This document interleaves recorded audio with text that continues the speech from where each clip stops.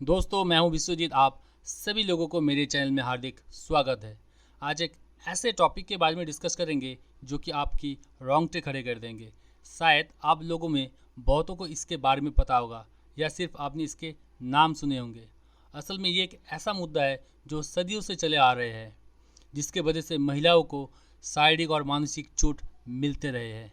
आपको पता नहीं ये कितना भयानक एक एक्सपीरियंस होता है जिसके साथ ये प्रक्रिया किया जाता है। शुरू करने से पहले मैं आप सभी लोगों से एक रिक्वेस्ट करना चाहूँगा, प्लीज़ मेरे चैनल को सब्सक्राइब, लाइक और शेयर कर दीजिएगा अगर वीडियो अच्छा लगता है। लेकिन अब सुप्रीम कोर्ट ने इसके ऊपर पूरी तरह से बैन लगा दी है। तो मुद्दा है टू फिंगर टेस्ट का। ये एक ऐसा प्रक्रिया है। तो चलिए पहले सुप्रीम कोर्ट के कमेंट के बारे में जान लेते हैं, जो कि 31 अक्टूबर यानी सोमवार के दिन सुप्रीम कोर्ट में जस्टिस डी.वाई. चंद्रचूड़ और हिमा कोहली के पीठ ने ये कमेंट की थी। रेप हुआ या नहीं, इसे जांचने के लिए महिलाओं के सेक्सुअल हिस्ट्री को जानना जरूरी नहीं है। ये दुखद है कि आज भी रेप पीड़िताओं का टू फिंगर टेस्ट किया जा रहा है। इस टेस्ट का वैज्ञानिक आधार नहीं है। ये टेस्ट पीड़ित महिलाओं को दोबारा से दर्द पहुंचाता है। साथ ही कोर्ट ने टू फिंगर टेस्ट करने वालों पर कार्रवाई करने की बात भी कही है। चलिए पहले टू फिंगर टेस्ट क्या होता है इसके बारे में थोड़ा जान लेते हैं। जैसे कि इसके नाम से ही जाहिर है, इस टेस्ट में कोई डॉक्टर किसी महिला के प्राइवेट पार्ट में उंगली प्रवेश कराकर ये बताने का दावा करता है कि वो महिला सेक्सुअली एक्टिव है या नहीं, यानी वो महिला नियमित यौन संबंध बनाती है या नहीं।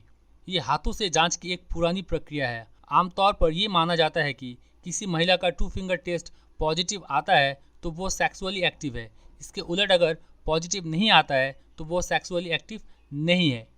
वास्तव में टू फिंगर टेस्ट के दौरान डॉक्टर महिला की योनि में अपने 2 उंगलियां प्रवेश कराकर ये पता करते हैं कि महिला का हाइमेन टूटा है या नहीं। चिकित्सा के भाषा में ये माना जाता है कि जोर जबरदस्ती से किए गए सेक्स के कारण ही हाइमेन जल्दी टूटता है। इसलिए कुंवारी बलात्कार पीड़ित लड़कियों के साथ घटना की पुष्टि करने में ये टेस्ट मदद करता है। लेकिन इसके अलावा अन्य कई कारणों से भी महिला का टू फिंगर टेस्ट या वर्जिनिटी टेस्ट किया जाता है। आइए जानते हैं टू फिंगर टेस्ट करने का दूसरे कारण। यदि किसी लड़की की शादी होने वाली हो तो उसकी वर्जिनिटी का पता लगाने के लिए घर पर टू फिंगर टेस्ट किया जाता है और हाइमेन की उपस्थिति का पता लगाया जाता है। किशोरावस्था में लड़कियों को टीनेज प्रेगनेंसी और HIV फैलने से बचाने के लिए भी टू फिंगर टेस्ट किया जाता है। समाज में लड़कियों की वर्जिनिटी को अच्छा माना जाता है, इसलिए चरित्र के परीक्षण के लिए भी टू फिंगर टेस्ट किया जाता है। इसके अलावा शारीरिक उत्पीड़न और ज़बरदस्ती से किया गया सेक्स या बलात्कार सहित घरेलू हिंसा का पता लगाने के लिए भी टू फिंगर टेस्ट किया जाता है। तो चलिए अब जानते हैं टू फिंगर टेस्ट कितना विश्वसनीय है। रिसर्चर का मानना है कि टू फिंगर टेस्ट बहुत ज़्यादा विश्वसनीय नहीं होता है, क्योंकि महिला की योनि के अंदर का हाइमेन फटना या टूटना किसी भी घटना का परिणाम हो सकता है। क्योंकि हाइमेन योनि के अंदर एक मांसल टिश्यू है जो प्रत्येक महिला में भिन्न भिन्न होती है। ये पतली, मोटी, कठोर होती है और इसमें खिंचाव होता है। पीरियड के दौरान टेम्पोन का इस्तेमाल करने से, साइकिलिंग करने से या योनि में चोट लगने से, स्पोर्ट्स में भाग लेने से, खेल खेलने से या दूसरे कारण से भी ये टूट जाती है। इसलिए ये गलत धारणा है कि हाइमेन हमेशा संभोग करने के कारण ही टूटती है। क्योंकि टू फिंगर टेस्ट हाइमेन के परीक्षण पर ही टिका होता है, इसलिए इस टेस्ट को अधिक प्रामाणिक या रिलायबल नहीं माना जाता है। टू फिंगर टेस्ट का रेप के साथ क्या लेना देना है, तो चलिए इसके बारे में भी जान लेते हैं। टू फिंगर टेस्ट के जरिए किसी महिला से रेप होने या ना होने का जोड़ा जाना एक बहस का विषय है। प्रोग्रेसिव आइडियोलॉजी के मुताबिक किसी महिला के सेक्सुअली एक्टिव होने से उससे बलात्कार होने या ना होने का कोई लेना देना नहीं है। यही बात मेडिकल साइंस भी कहती है। दूसरे शब्दों में कहे तो किसी महिला का टू फिंगर टेस्ट पॉजिटिव आने पर भी वो बलात्कार का शिकार हो सकती है। हाईकोर्ट और सुप्रीम कोर्ट के कई फैसलों में रोक के बावजूद पुलिस बलात्कार के मामलों में टू फिंगर टेस्ट कराती आई है। आरोपियों के वकील कोर्ट में अक्सर टू फिंगर टेस्ट के पॉजिटिव रिपोर्ट के आधार बनाकर पीड़ित महिलाओं के चरित्र पर उंगली उठाते हैं। साथ ही इसी आधार पर आरोपियों को बचाने की दलील भी पेश करते हैं। झारखंड हाईकोर्ट ने राज्य सरकार बनाम शैलेंद्र कुमार राय के केस में टू फिंगर टेस्ट को आधार मानते हुए रेप और हत्या के आरोपी को बरी कर दिया था। अब सुप्रीम कोर्ट ने हाईकोर्ट के फैसले को पलटकर आरोपी को दोषी माना है। साथ ही सुप्रीम कोर्ट ने मेडिकल कॉलेज में पढ़ाई जाने वाली सिलेबस से टू फिंगर टेस्ट को हटाने का भी आदेश दिया है। कोर्ट ने कहा, ये मानना गलत है कि सेक्सुअल तौर पर एक्टिव महिला का रेप नहीं किया जा सकता है।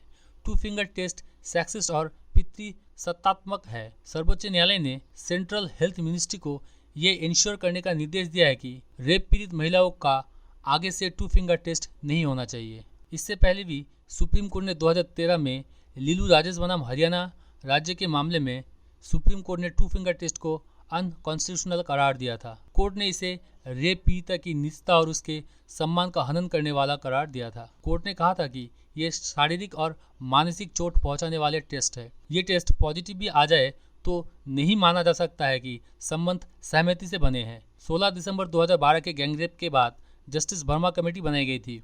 इसने अपनी 657 पेज की रिपोर्ट में कहा था, टू फिंगर टेस्ट में वेजाइना की मांसपेशियों का लचीलापन देखा जाता है। इससे ये पता चलता है कि महिला सेक्सुअली एक्टिव थी या नहीं, लेकिन इससे ये समझ नहीं आता कि उसकी रजामंदी की विपरीत जाकर संबंध बनाए गए। इस वजह से ये बंद होना चाहिए। सुप्रीम कोर्ट के बैन के बाद भी शर्मिंदा करने वाला ये टू फिंगर टेस्ट होता रहा है।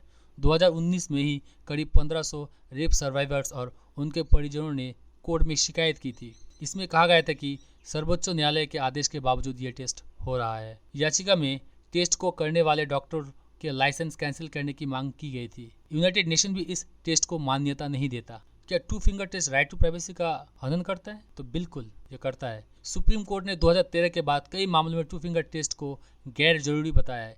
ये टेस्ट जिस लड़की या महिला पर किया जाता है उसकी निजता, सम्मान और मानसिक स्वास्थ्य से जुड़े अधिकारों का उल्लंघन है। सेक्स के लिए दी गई रजामंदी को टू फिंगर टेस्ट के आधार पर साबित नहीं किया जा सकता। सुप्रीम कोर्ट ने बार बार कहा है कि रेप के मामले में महिला या लड़की की सेक्सुअल हिस्ट्री कोई मायने नहीं रखती है। ये बात सिर्फ कंसेंट की ही है और वो कंसेंट किस स्तर पर और किस हालत में दी गई ये देखना होता है। सुप्रीम कोर्ट ने टू फिंगर टेस्ट पर आधारित नतीजों को काल्पनिक और नीच राय करार दिया है। सेंट्रल हेल्थ मिनिस्ट्री ने इस टेस्ट को अवैज्ञानिक बताया था। वर्ल्ड हेल्थ ऑर्गेनाइजेशन पहले ही टू फिंगर टेस्ट को अनैतिक बता चुका है।